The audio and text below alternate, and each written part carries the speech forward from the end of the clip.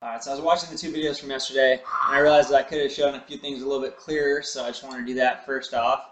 This is the Omega-3 Pet. Nordic Naturals is the brand on there. And the other one is the Herb Smith. I mentioned it yesterday, but that's what it looks like up close and personal, and that's also the brand you would go through for the superfood supplement. In my opinion, that's the best one out there from the searching that I've done. And another thing that can help you in the beginning if you're really tweaking about your dog's health like I was when my dog got paralyzed. I bought a little baby scale online just to make sure that I can get the digital readout and make sure that I was feeding her the correct portions as I switched to this new food. And so that could help. Otherwise, if your dog's not super unhealthy, I would just say look at them and see how they look. Shoot for optimal health as far as their energy levels and what actually healthy is according to a good vet. If you find a holistic vet, I recommend those. Basically, just don't do what the average American does, which is take their dog to a level that they think is cute, and they're not concerned with the health of the animal. And that's when things like fleas and tapeworms and all sorts of other parasites are going to attack the animal, because if you've ever studied health from a natural health perspective, as I have, Mother Nature in her infinite wisdom only attacks the weak. And she does this not only to help the weak to end their suffering, but she also does this to help the whole pack. So whether that's a wolf pack or dogs or people or whatever, if you're healthy, you don't need to worry about Mother Nature attacking you, and you don't need to go and get chemicals from men in white coats or women in white coats who prescribe those to you for profit interests. And basically they will prevent fleas from coming onto your dogs, because or whatever the parasite is, heartworm, whatever you're worried about, they will prevent it. But the reason that they prevent it is because they toxify your dog's blood to the point where the parasites know that it's not smart to eat there. And so they move on to some other unhealthy animal that they can eat from without dying. And so you could probably just surmise that that's awful. You don't want to ever be giving your dog toxins to get rid of something like a flea, which is, like I just told you, just showing you that the animal is unhealthy and needs to be brought to an optimal weight. So it's actually a good thing if you get fleas. It's a kick in the back to take better care of your animal. But yeah, just do not toxify your dog's blood ever. It's a horrible idea. It basically leads to cancer and all sorts of premature death that, you know, the vets will profit off of, you will cry over. So just think twice before you give your dogs anything man-made that you don't understand how it works. If you are considering giving them anything and you want to shoot it by me, feel free. That's what I'm here for. And also, just wanted to point out some other things that people overlook far too often, which is like just the overall health of where they're living at. So this video and just in general what I'm about is kind of helping people out to get to a better place, whether that's, you know, somewhere else in the country that's a little bit better for them, or somewhere else in the world that's a little bit better for them.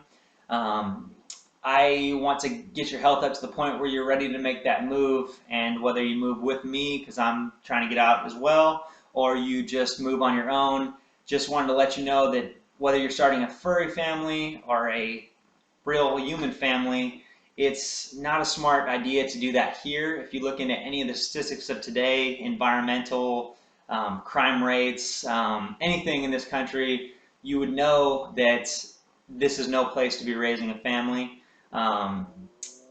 For something that you can do to prevent a little bit of the degradation of your animal is, if you have wireless internet, please get rid of that.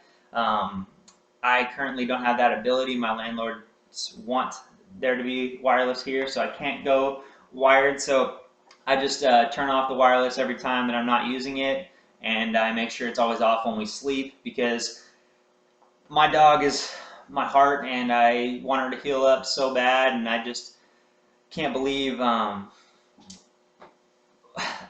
losing my train of thought just getting emotional over that little thing. But basically, Dr. Jack Cruz, which not enough people know, check him out. He's an amazing neurosurgeon, nutritionist, and dentist, actually, and extremely knowledgeable in physics. I'm not sure if he has any degree in that nature, but he's definitely pushing the biophysics field in the right direction.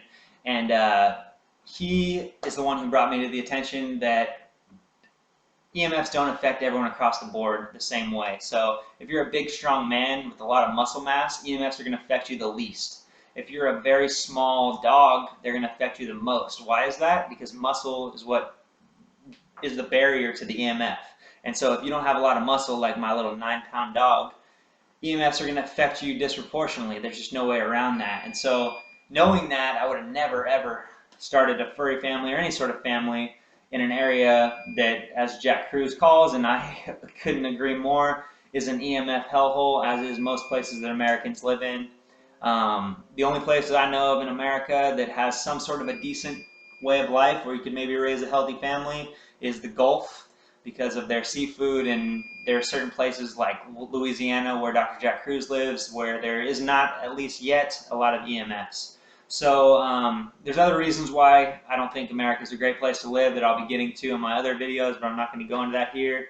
The point is just that it's, from a health perspective, it's inarguable. There's no worse place to raise a kid in America. It's pretty much as bad as it gets. Kids just don't belong here. So if you already have kids, I want to help you and your family get to a healthy place so that you can hopefully move on to a healthy environment where health just comes to you naturally, like it used to the Native Americans or to the Aztecs or all the different thriving cultures all over the world that have largely been crushed by the powers that be.